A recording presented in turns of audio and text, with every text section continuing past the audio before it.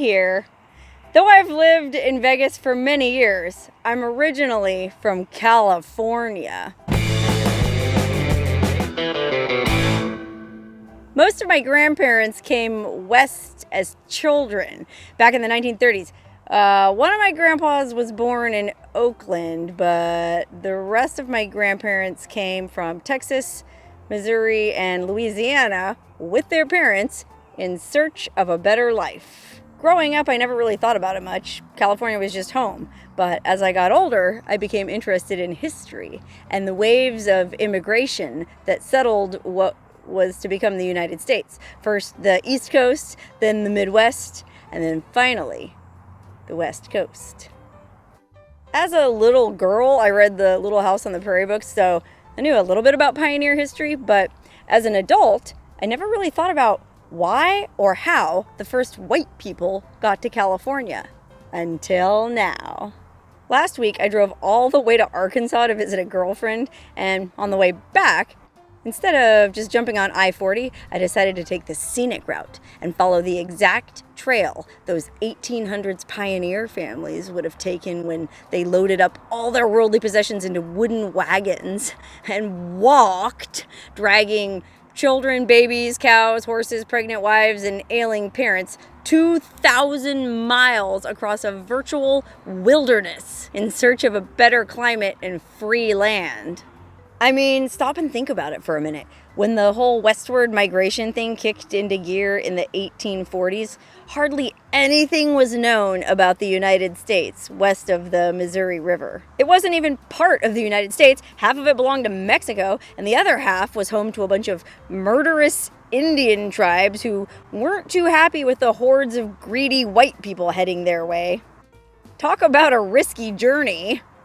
So yeah, going west back then required equal parts greed, desperation, and brass friggin' balls. Say what you will about those people, they were hardcore. Nowadays we complain if we have to walk 50 feet across a parking lot. Well, imagine having to walk 15 to 20 miles per day, every day, for 150 days or more. But until the completion of the Transcontinental Railroad, that's what they did. Men, women, and children. Between the Oregon Trail, the California Trail, and the Santa Fe Trail, something like 500,000 people made this journey overland. But, being as it's me, I'm going to focus on one group in particular. The Donner Party. If you know anything about the Donner Party, you know they were a group of pioneers who ended up getting stranded in the mountains and had to eat each other to survive. That's the quick and dirty clickbait version, and it's actually true. But like all clickbait, there's more to the story. In the pioneer days, families would join up and travel west together for safety in numbers, and sometimes hundreds of wagons would travel together in a long line, almost like a moving city. Each group elected a leader, and that's who the wagon train was named for. The Donner Party was formed by two fairly prosperous brothers, Jacob and George Donner, who left their homes in Illinois to travel west with their families, and another prosperous family, the Reeds. The Reeds were kind of show-offs. Not only did they travel with servants and lapdogs, but they were also hauling around a custom-built double-decker wagon, somewhat derisively referred to as the Pioneer Palace, which was probably pretty cumbersome for their poor oxen to drag around. Remember, most pioneers made this journey with just simple wooden farm wagons. Maybe hauling a double-decker wagon wasn't such a good idea. It probably slowed them down and might be considered the first mistake in what eventually led to the doom of the Donner Party. In a lot of ways, the story of the Donner Party reminds me of the video I made about that doomed German tourist family in Death Valley. Both stories illustrate how a series of seemingly inconsequential bad decisions can add up to spell disaster. Neither of those groups were total idiots. They just made a series of bad decisions that were compounded by bad luck. Anyway, just like with the Death Valley Germans, I figured the best way to explain what happened with the Donner Party is to retrace their footsteps In this case, all the way from what was then considered the edge of civilization on the Missouri River to the Sierra Nevada mountains, where they ended up getting trapped by bad weather. So instead of just taking I-40 home, I'm here in Independence, Missouri, about to follow their entire journey west. And lucky you get to come with me. Like I said, the Donner Party weren't total idiots, but they did kind of screw things up right from the get-go. The journey to California generally took between 5 and 6 months, so you wanted to make sure you left late enough in the spring where there would be enough grass to feed your cattle and oxen who were lugging all your crap, but early enough to where you would get to the Sierra Nevada mountains before the first snow, which was usually sometime in November. So most pioneer families tried to leave here around the 1st of May, putting them at the Sierras sometime around early October.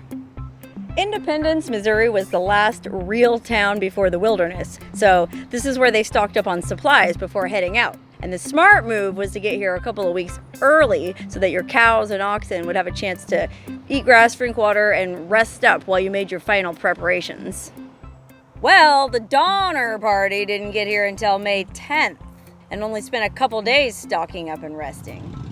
This is Hart Grove Campground in what's now Kansas City, but it's the site where the Donner Party camped out on their last night before leaving on May 12th, 1846, almost 2 weeks behind schedule and one of the last wagon trains to leave that season.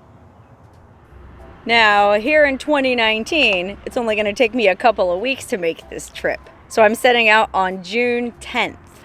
I'm stocking up on provisions here at Sam Walton's Mercantile, but instead of saltpeter and hardtack, I think I'm just gonna get these Cliff Bars.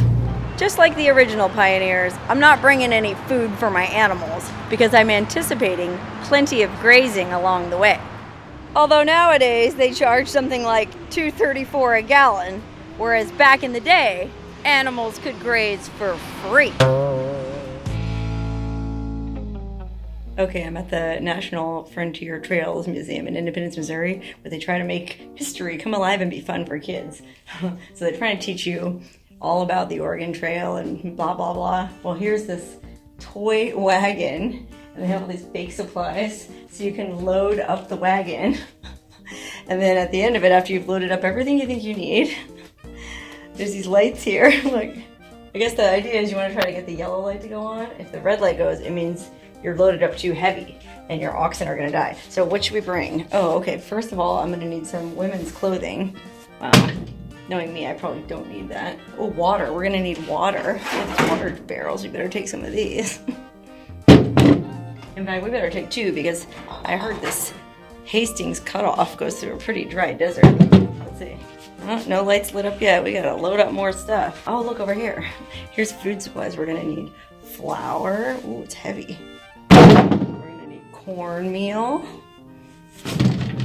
Oh, look at this, bacon. How about some bacon? I think we should take some bacon.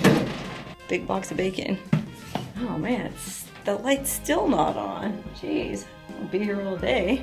Anyways, I don't have time to load the whole dang thing, but isn't this a cute idea? I love it. It's like, those are meat, chests full of meat.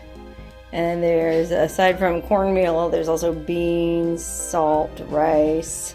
Oh, you're also gonna need your iron, your horseshoes. Oh, don't forget your brandy for your cholera remedy. I like how they're right next to each other. Oh, look, here's the medicine, rope, your plates, cups, your canteen, spices. Don't forget your saleratus. I don't even know how you pronounce that. I mean, I know what it is. It's baking powder, but... Oh, look, lard came in a little can. Weird. Butter, molasses. Oh, your gunpowder, your caps, your casserole. I don't know why you'd want to keep your gunpowder right by your spices. It seems like it could be confusing. Might lead to some mix-ups. Coffee grinder, coffee pot, tea kettle. There's your water jugs and your vinegar. Sugar. Oh, yeah, gotta have plenty of sugar. Dried fruit. Oh, interesting. Then your lantern, your little camp kettle, washboard, pan, butter churn, clothes, tent. What's a really small tent? Bedroll, some real nasty looking smallpox infested blankets. A tin pail. I don't know why you would want to bring lead. I guess maybe for making repairs to the wagon? I don't know. Oh yeah, and the final thing we should bring is the guidebook, because without it, we won't know where we're going, because they didn't have GPS back then. Okay, let's hit the trail.